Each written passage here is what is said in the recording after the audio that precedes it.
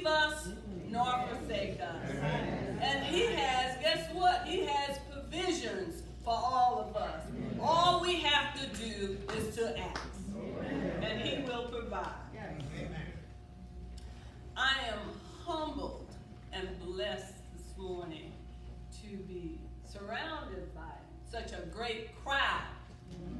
Such a great crowd of witnesses. To my family, to my friends, and to the church members, thank you for welcoming me, for blessing me, and for encouraging me on this walk. That song hit home for me this morning. So I have my sermon on here. It's Suspector is laughing. I have been cutting it on and off last couple of days, changing things, taking notes. And got up here and it won't come on. I can't get anything. But with Jesus on my side, I'm gonna make it.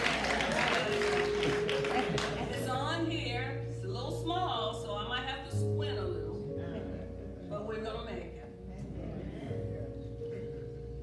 In celebration of Women's History Month, Her Story Month, I'd like to go back to the reading that was read in your hearing this morning.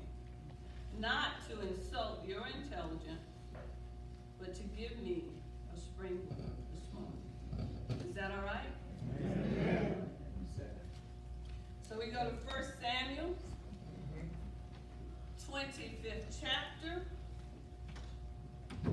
and I will start reading at the 32nd verse.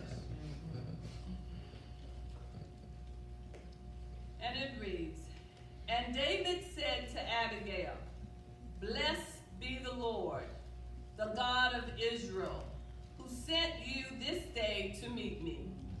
Blessed be your discretion, and blessed be you, who have kept me this day from blood guilt, and from avenging myself with my own hands. For as surely as the Lord, the God of Israel, lives, who has restrained me from hurting you, unless you had made haste and come to meet me, truly my mourning here had not been left to Nabal so much as one male. Then David received from her hand what she had brought him, and he said to her, Go up in peace to your house. See, I have hearkened to your voice, and I have granted your petition." Our subject this morning is a role model of a peacemaker. Oh, kind and gracious God, thank you for bringing me to Wayman Chapel this morning, Lord, and giving me one more chance, one more time, Lord, to praise and to glorify your holy and righteous name. Lord, I ask that you decrease Janie and increase you, Lord, so that I may be able to speak your truth. I ask that you open ears in order that they may hear your word, to prepare hearts so that seeds can take root and grow. Lord, I can't do anything until you come. Come, Holy Spirit, come. A role model of a peacemaker.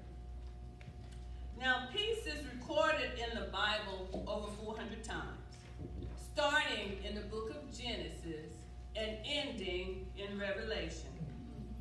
The fact that it's recorded that many times let me know that peace is intertwined and should be a guiding principle in our life. And the Bible gives us answers. It gives us and provides us with examples and blueprints of how we should live our lives. Right. And this morning, our example for a champion of peace, a role model of a peacemaker, is found in an interaction between David and Abigail. Now, we all know the story of David, who was anointed to become the next king of Israel, and who had used a slingshot and a small stone to slay the giant Goliath. And the people of Israel called David a hero, and they cheered him, and they sang songs about him. And Saul, who was a king at the time, became jealous of David, causing David to leave home, to leave his family and his friends, and to hide out in the mountains along with men who followed him. And now this story of David and Abigail's meeting takes place after David had moved his men from the camp in the mountains to the Judea wilderness near the Dead Sea. And he had set it up near a landowner named Nabal, whose name means fool, and who the scripture describes as sully and mean. Says he's a dishonorable man, without integrity, unkind and cruel. But by comparison, his wife Abigail, just like the women who are here today, was intelligent, quick-witted, kind, and also very beautiful. I thought I was going to get an amen on that one. So let me say that again. By comparison, his wife Abigail, who, like the women in here today, was intelligent, quick-witted, kind, and also very beautiful. Now, David had heard that Nabal, a wealthy farmer with 1,000 goats, 3,000 sheep, was in the midst of harvest. He was sharing his sheep, harvesting their fur. And he probably had on hand extra food, spices, clothing, and other supplies. So David sent his men to greet Nabal and to ask for supplies, thinking that Nabal would be thankful and show gratitude towards David and his men for keeping his servants safe while they had been herding sheep in the mountains. Instead, Nabal went about stirring up trouble, saying mean and nasty things about David, denied knowing who he was, and sent David's men back empty-handed. Now, there are many of us in here today who have shown kindness towards others, towards our family, our friends, and our co-workers, only to have them turn against us and treat us with hostility, sometimes with contempt, refusing to acknowledge any good or kindness done for them. Co-workers falsely accuse you, family members betray you, and so-called friends gossip and spread vicious rumors about you. Or maybe it was someone at your church who ignored you and didn't attend your program. You know these situations I'm talking about. These situations that have some people talking about clapping back, throwing shade, fussing, cussing, ready to throw elbows like the young one said, and talking about losing their religion, and worse yet, setting it down while they get revenge. But don't you let hostility of your enemies make you hostile. Don't let someone's spiteful behavior make you spiteful. Don't let anyone's bad attitude have control over you, where you think your misery, your depression, and your anger is their fault.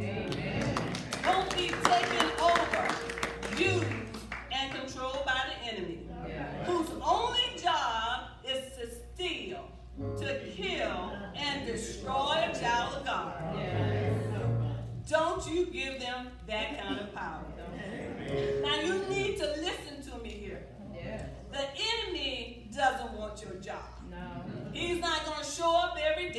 and be on time. He don't want your house, because he's not going to pay your bills. He doesn't even want your children or your spouse.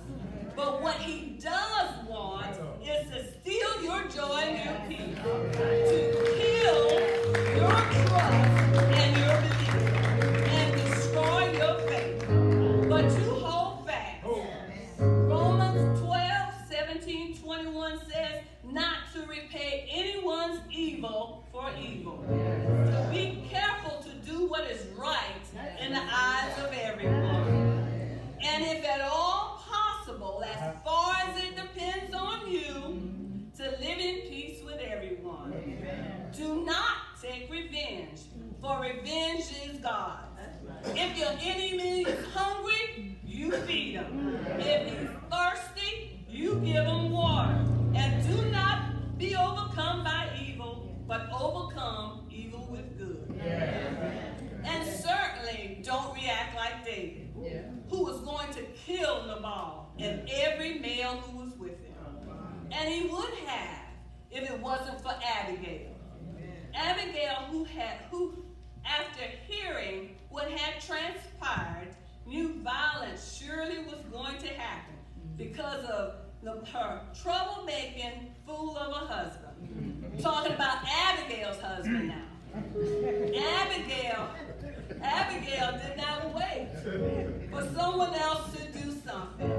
She knew she needed to take action. She needed to achieve a just and peaceful result for her family, even at the risk of angering her husband.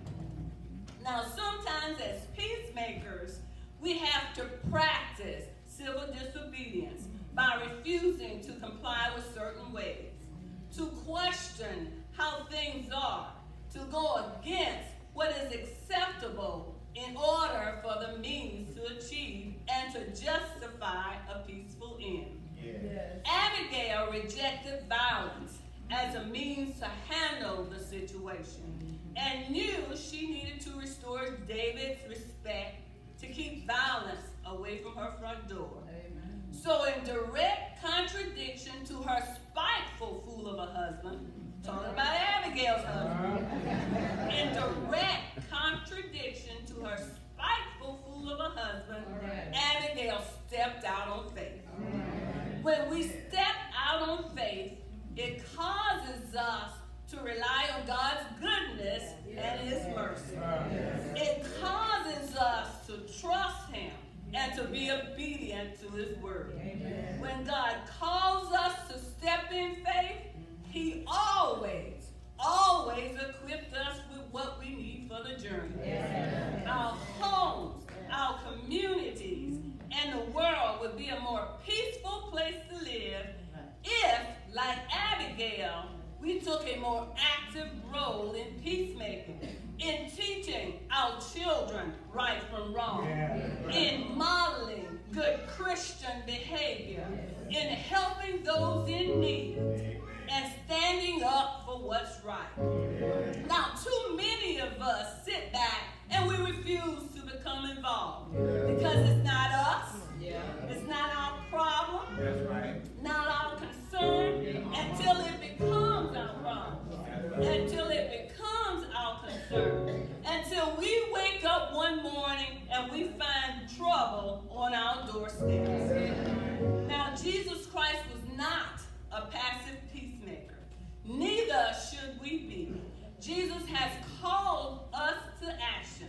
And the Bible tells us that faith without works is dead. For our faith is demonstrated by our good works. That our works are not the reason for our salvation. Our works are the evidence of our salvation.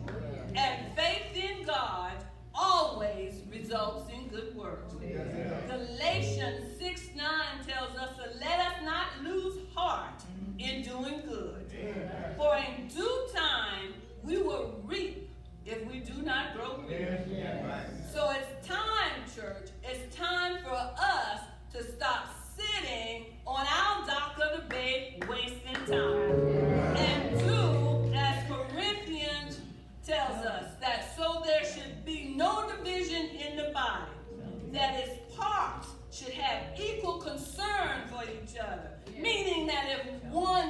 suffer, we all suffer. If one rejoice and is honored, we all should rejoice. Because we are one in the body of Christ.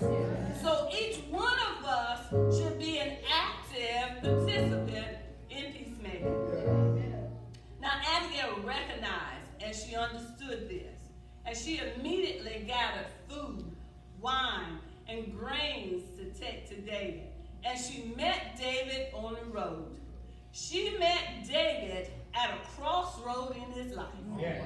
David, who had been anointed to become the next king of Israel, was making a choice to walk away from God. David was making a choice to walk away from God's purpose for him and to walk right into the enemy's trap. Now Abigail, in presenting David with the supplies, reminded him of God's blessing on his life and how he was anointed to be the next king of Israel. And if he continued on this road, it would call into question his fitness to be king and to walk in his purpose. Abigail was able to get David to put his focus back on God. And through Abigail, God made provisions for David to help him on his journey. Now the enemy sometimes uses strangers to attack our mind and to plant doubts.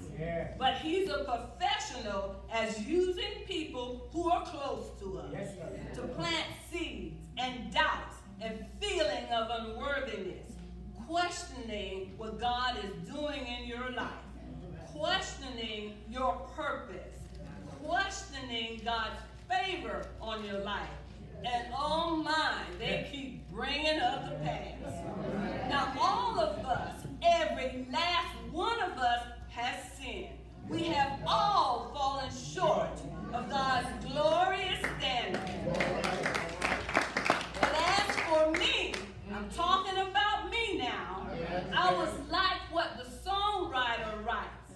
I was sinking deep in sin, far from the peaceful shore, very deeply stained within, sinking to rise no more.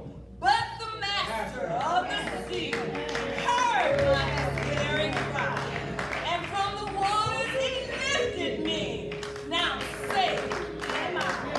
He lifted me, he washed me clean as snow, he turned me around, church, and he placed my feet on solid ground. And I'm so thankful he did.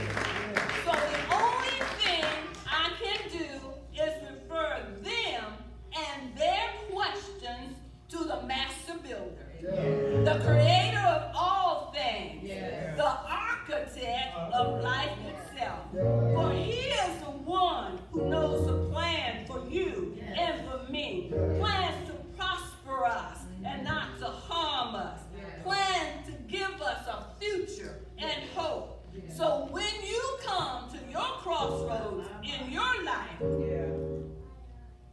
don't give up, don't give in, and certainly don't turn back. Trust God to keep you, to guide you, to make your enemies your footstool. Know that he fights for you, he directs you, he strengthens you, he blesses you, he loves you, and he will never leave nor forsake you. And I believe, church, just like the Apostle Paul. And I am certain that God, who has started a good work in me, is able to and will continue his work until it is finished. Now, Abigail also found herself at the crossroads in her life. And she chose to be obedient to God. She chose to trust God. She chose to surrender control to God as she walked right into her blessing. David blessed Abigail for her good judgment, her good sense, and for keeping him from doing what he should not have. By doing this, Abigail became a go-between the middle woman, a champion of peace, and a role model of a peacemaker. And she was allowed to return home in peace. Now the question, Wayman Chapel, is how does one become a champion? How does one become a role model of a peacemaker? Now, a definition of a peacemaker is a person that tries to make peace, especially by reconciling parties who disagree, quarrel, or fight. Now, Jesus Christ is our greatest champion of peace.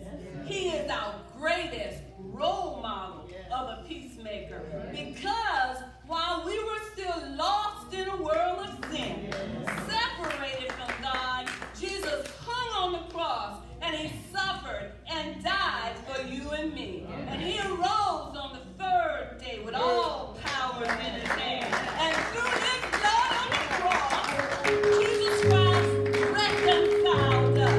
He restored us. He brought us back into a right relationship with God.